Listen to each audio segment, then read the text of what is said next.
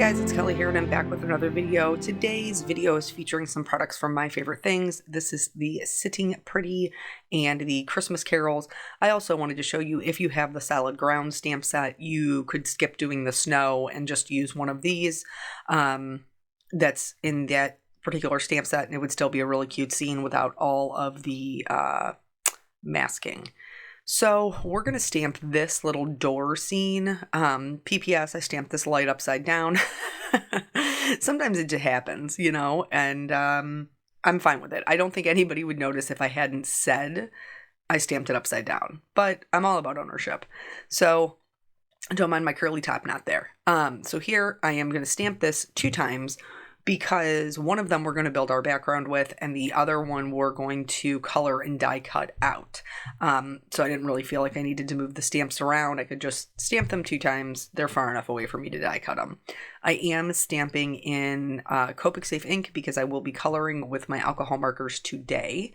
The whole purpose of this video is to kind of show you both of these stamp sets are a little bit older. They're still super cute. But this one, this Sitting Pretty one, is actually a spring set. And the stamps that are with it are like little plants and flowers and like a little girl sitting on the porch. Totally adorable. And I have used this in the past. I've used the other one in the past as well, the Christmas Carol ones. And I will link to both of those videos. But I wanted to show you that you could use this spring set with this Christmas set to get a totally different card and kind of just get more out of what you already have. So here I stamped the little rocky path down once, I flipped it around and then stamped it again. This is just going to stretch it out. There is a little bit of a gap in between, but don't worry, we'll get that with the coloring. And honestly, I think by the time I was done with it, the sentiment probably covered it. So these are the little adorable little carolers. They are so stinking cute. I did not use the little chickadee bird. I just used these 4. And honestly, when I first started, I thought I would use 3, but then the little showman with his arms wide open, I couldn't resist using him because he was so cute. I think he's a goat. So yeah, before we get too far into this, I do want to say, you guys know sales are going on. If you're watching this when it's first coming out, My Favorite Things is having a Black Friday sale. It started this morning, and it's 40% off everything with the exception of the new category. So it's an excellent deal, and I will also be shopping. I did check before I posted this video that both of these stamp sets are still in stock. The Solid Ground one I showed you at the beginning is already sold out, but to be fair, even when it's not a sale, that one's usually sold out. So you can make your house any color that you want. I decided I was going to go with more of a whitish gray brick look. But in the other video I did siding. I didn't use a stencil, and I made it blue, and it was super cute. So yeah, just whatever you're feeling like. I just thought that this would be cute to do the little brick, and it helped me to kind of get through the background building faster because I could use the stencil. So I'm using the hickory smoke all around the edges, and then adding really just on the edges, just a little bit of black soot. And then I'm going to put my stencil in place. You can see that I masked my little snow hills there. And that's just I just took them almost all the way up the stairs. So here I'm going to tape my stencil in place, and then I will do the same thing, the same ink blending that I just did, just right over top of the whole thing, honestly, because I know I'm going to put a die cut over that door. If you wanted to do this as a 1-layer card, you would just have to mask these images. So the mailbox, the light, and the what is this? The door with the stairs and the little stone thing. Anything we stamped, you would have had to mask before we did this portion. And I think that this, I'll show you more towards the end with the sentiment. I think that this on its own would be a super cute card. Like the background with no critters at all would be kind of like a cute and classy Christmas card. You could even put a wreath on there. I think it would be adorable. So once I have that done, I'm going to go ahead and do a little bit of what, I don't know, I guess making the little light shine. So I'm using a little bitty blender brush and some mustard seed. You can see I'm kind of tapping it off on my glass mat. And then going in and just going right around that light to give it this little yellow glow. We will use that later on, not too much. And if you didn't do it, I don't think it would be a big deal. But I'm a completist and I have a hard time not following through with my ideas. So here for these down here, I am not masking, like even if I was doing a 1-layer card, I wouldn't be masking my little rocky path thing for this part. So I use some speckled egg and then I use some shaded lilac just to give my snow a little bit of shadow, because obviously with our light on, this is very clearly a more dusk night-ish scene. It's later at night. For the stones, I'm just going to go in with some grays. I'm going to add shading to the bottom. I am starting with my darkest color, which is different for me. And then you can see I'm doing a couple little curved lines in the area where I'm missing stones, just to give the illusion of them. You could also go in there and add a little black line with an alcohol-safe marker. Somebody had asked me in my prior video, because the EK Success pens are out, what millimeter I use. And in the EK Success one, the 35 is the one I almost always use. So just, it's like a middle of the road. It's not too thin. It's not too thick. It's kind of like the perfect line width for me. So I'm adding shading to the right-hand side of the door and a little bit down, like by the bottom of the stairs, just to differentiate it from the snow, but not quite as dark. The reason that I'm adding the shading to the right-hand side of the door is because my light source is in the left, which is very different for me. If you guys watch my videos, you know I always do light source on the right. But it's good, because it means that I have to pay more attention and it's a little bit more of a challenge for me. So here I'm using some blue violets to just kind of shade the snow in between the stones, and then just kind of blending that out to the left or right.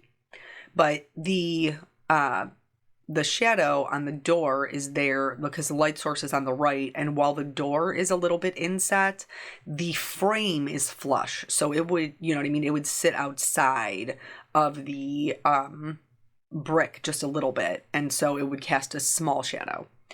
For the coloring, I'm going to be honest with you, this video is long, okay? It's long because we do have so much going on. That's what scene building videos are, just long. And so I did have to speed up the coloring a little bit. If you are a person who you're like, this is too fast for me, Kelly, I cannot tell what you are doing. When you're watching a YouTube video, in the settings portion, I think it looks like a little wheel, you can change the playback speed. Now, I would recommend muting the video. I would recommend muting the video to change the playback speed, because my voice is going to sound like, the Peanuts teacher. Wah, wah, wah, wah, wah, wah. Like, it's not going to sound good. But it will enable you to slow it down so that you can see the coloring in more of a real time. So now for the shading on the door. Again, the door is inset, so I'm going to have a little bit of shadow from the frame on the left-hand side, but the majority of my shadow is going to be on the right-hand side, because my light source is in the left. So that is why you see me adding so much color on the right-hand side and not so much on the left, and it's because I like to work with my lightest out to my darkest. And so when I start with my lightest, I am mapping out all of my shadows, and then we will, once we get out to the darkest portion, we will fill in the door as we go from darkest back into lightest. So I really feel like we had so much good feedback in yesterday's video. You guys, I love you. For real, for real. So you guys were, so in the previous video, and again, I will link it below, I'm doing a giveaway, and it doesn't close until tomorrow at midnight. And in order to be entered for the giveaway, I asked that you tell me something that you would like to see on the channel. And you guys totally came through, as I knew you would, because you are the cat's pajamas. I would say you are the bomb diggity, but I feel like that ages me quite a bit. I don't think that's a cool thing to say anymore. My kid would tell me if he was if he was here. So anyway, I totally appreciate the feedback, but I will link to that video. If you haven't entered, go down there and then tell me what it is that you would like to see. And you will be entered for a giveaway. It's a $25 gift card to Honeybee Stamps. Somebody else had asked me about if it was international. Honeybee does ship internationally, and the gift card would come in your email. So I do not care where you live. Please enter. They ship worldwide. So there's that bit of housekeeping. And then also, several of you had asked about Copic color combinations. And maybe this is my fault that I haven't done a very good job of sharing, but I actually have a list on my blog of like my go-to Copic color combinations that already exists. There isn't a video on it, but there is a list of all of the colors that I usually use. So I will link that below as well. Some of you had asked for a list of my affiliates. And so I shared that last night on the community tab. Thank you so much for asking. Thank you so much for, making an effort to use those. I appreciate that so much. I know because I try to shop my friends' links, so I know that sometimes it can be a little bit time consuming to try to hunt those links down in order to support somebody. But I do appreciate you taking the time because it allows me to do this and to do this full time and, to share content with you pretty regularly. Speaking of regularly, this is a video heavy week, y'all. You're gonna be so sick of seeing me. You're gonna be like, why, Kelly? Why am I seeing you so much? And that's just because, with the different sales that are going on, I want to be able to share with you as many ways as possible to use your items. So there's that. So you saw we did all the coloring of the door items. Now we're moving on to these cute little critters. That was another thing that came up, was maybe coloring less flowers and more critters.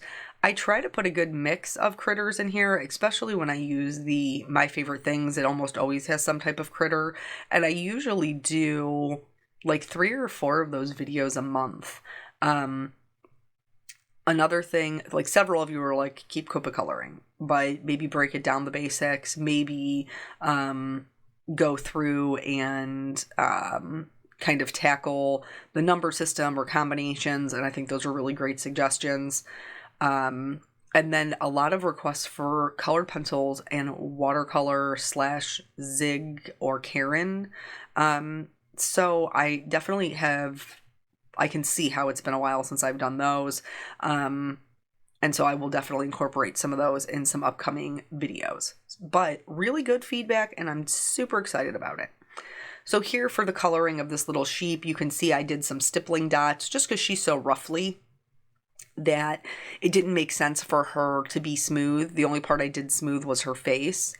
For this, I'm pretty sure it's a goat. I'm not positive. You tell me what you think it is. I think it's a goat. But I did the same color combination as I did for the lamb. And I do have some regrets about this because the whole card is a little bit gray because we did a white brick and then snow is white. To be honest, I feel like it's a very good depiction of what winter is like in Cleveland. Like everything is just white and gray and gloomy for months and months on end. It's a super fun place to live. But hey, we get all 4 seasons in one day. So, if you like a lot of variety, this might be the place for you. So I do wish that maybe I would have colored the goat a little bit of a different color, but what's done is done, and I'll know better for next time. I use these same warm grays for my little cow's ears and eyes and nose. And then the last time I colored him, I made him a black and white spotted cow, which was adorable because he's so cute. So this time I decided to make him a brown cow. And I think he's just as adorable this way as well. Like, that's one of the things I think that we, like when we're stretching our stamps, like, don't be afraid to use the same images, just color them differently. He looks totally different brown than he does black and white. And and super, super cute. And then because he doesn't necessarily look like a caroler, why is that word so hard for me to say? Caroler. What is happening? And neither does necessarily the little lamb. Like, you could use them in a completely different scene, like maybe a fall scene with their little scarf and gloves, and not make them carolers at all. So don't be afraid to look at your stamps a little bit differently and kind of just stretch them out to be part of different scenes. Or I did a video a while back on like dramatic cardstock, dramatic backgrounds, and I used some deer. But like, you could do something like that where you just have a really fun like ink blended background that has a little bit of drama and a little bit of interest, and then you put those two little cutie pies on the card, and they wouldn't be carolers at all. They would just be super cute little critters. So don't be afraid to look at them differently. Several of you in my video yesterday, I mentioned Caitlin's rash, and several of you, I did not realize that this was a thing that was so common, but apparently it is. So just to briefly catch you up, she was on amoxicillin for an ear infection. It's the first time she's ever taken it. She had actually already finished the medication. So she finished the medication on Sunday. The rash showed up on Monday. So there was some question about whether or not it was from her chickenpox vaccine, or if it was this amoxicillin, or if it was a reaction to a viral infection. So I did contact her pediatrician, just so, worst case scenario, even if I didn't need to bring her back in, they can note it on her chart that she did have a reaction to it. Because as I told you in the last video, Eric's mom and my mom are both allergic to penicillin. So I was very nervous. I did not sleep well. Oof, plight of a parent, you know, like you worry about it. Even though she seemed totally fine and she's not bothered by the rash at all, I just didn't sleep well. But anyway, so I did call them and kind of gave them the rundown when they called me back. And she was like, yeah, I'm going to double check with the provider just to see if there's anything, you know, that we need to be doing as far as treatment. She said, you know, really, we're not going to be able to tell if it's from one or the other, if it's from the amoxicillin or from chickenpox. But let's see what we can do to kind of treat the symptoms. So I was like, okay. So they tried calling me back here. I'm going to take some ownership of the fact that I'm not always a responsible adult. We got new phones probably 8-9 months ago, and I never set up my voicemail. I did not. It was never set up. And my husband has been asking me for months and months and months to set up my voicemail, and I have not done it because, well, I just didn't. And so yesterday when they called me back the second time, I missed the call by 1 minute, and because my voicemail was not set up, they couldn't leave me a message. But thankfully, they tried the next number on the list, which was Eric. So he got the phone call from the doctor, and we were still able to get the information.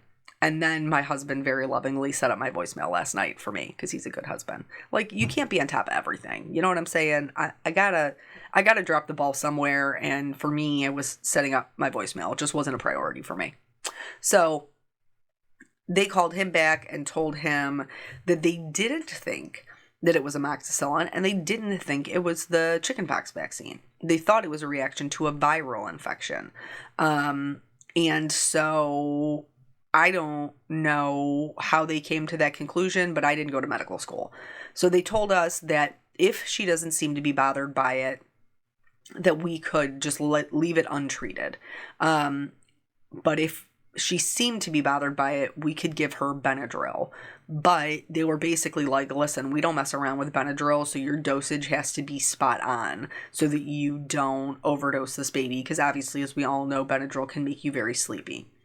So he called me back, gave me the info. I stopped and bought the Benadryl on the way to pick her up, because I'd rather not need it and have it than need it and not have it.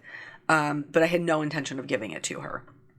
And so when I picked her up, she was a super happy baby. The rash did seem to be getting much better.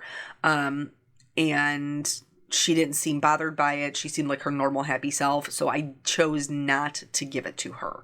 And she slept through the night. She slept fine, no issues. And then Eric took her this morning, and he said it did look, he said it was about the same, not any worse, not any better.